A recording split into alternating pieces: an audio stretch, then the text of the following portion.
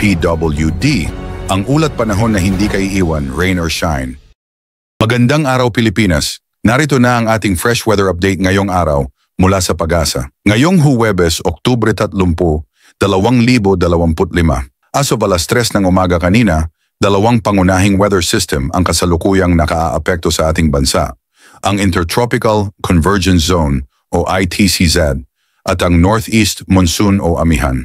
Ayon sa Pag-asa, ang ITCZ ay patuloy na nakaapekto sa Southern Luzon, Visayas at Mindanao, habang ang Amihan naman ay nakaapekto sa Extreme Northern Luzon.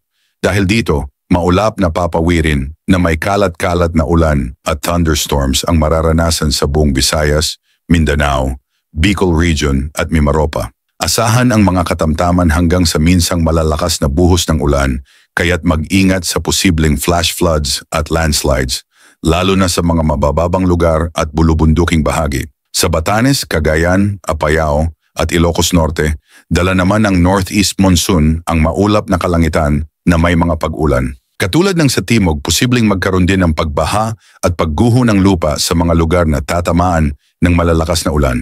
Samantala sa Metro Manila, Calabarzon, Aurora at Isabela, ang shear line naman ang siyang dahilan ng mga kalat-kalat na ulan at mga isolated thunderstorms. Kaya't patuloy pa ring magdala ng payong at mag-ingat sa mga biglaang pagbuhos ng ulan na maaaring magdulot ng flash floods lalo na tuwing hapon at gabi. Para naman sa nalalabing bahagi ng Luzon, asahan ang bahagyang maulap hanggang maulap na kalangitan na may mga panandaliang ulan o pagkidlat pagkulog dulot ng mga localized thunderstorms.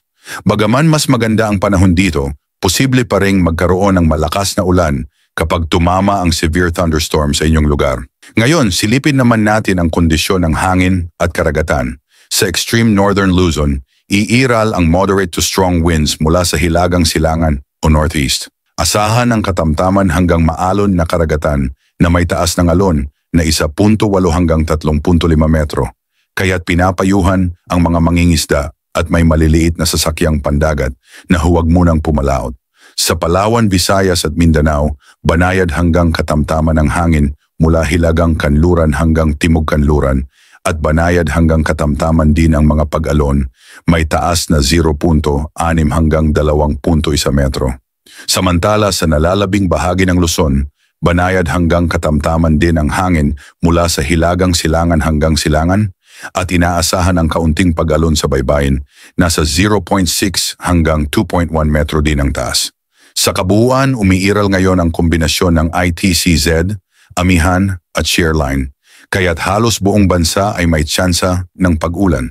Mainam pa ring maghanda, maging alerto at ugaliing mag-monitor sa mga susunod na abiso mula sa Pag-asa, lalo na kung kayo ay nasa mga lugar na madaling bahain o gumuho ang lupa. Pasuyo ng like at subscribe bilang suporta sa ating channel, PWD, ang ulat panahon na hindi kaiiwan, rain or shine.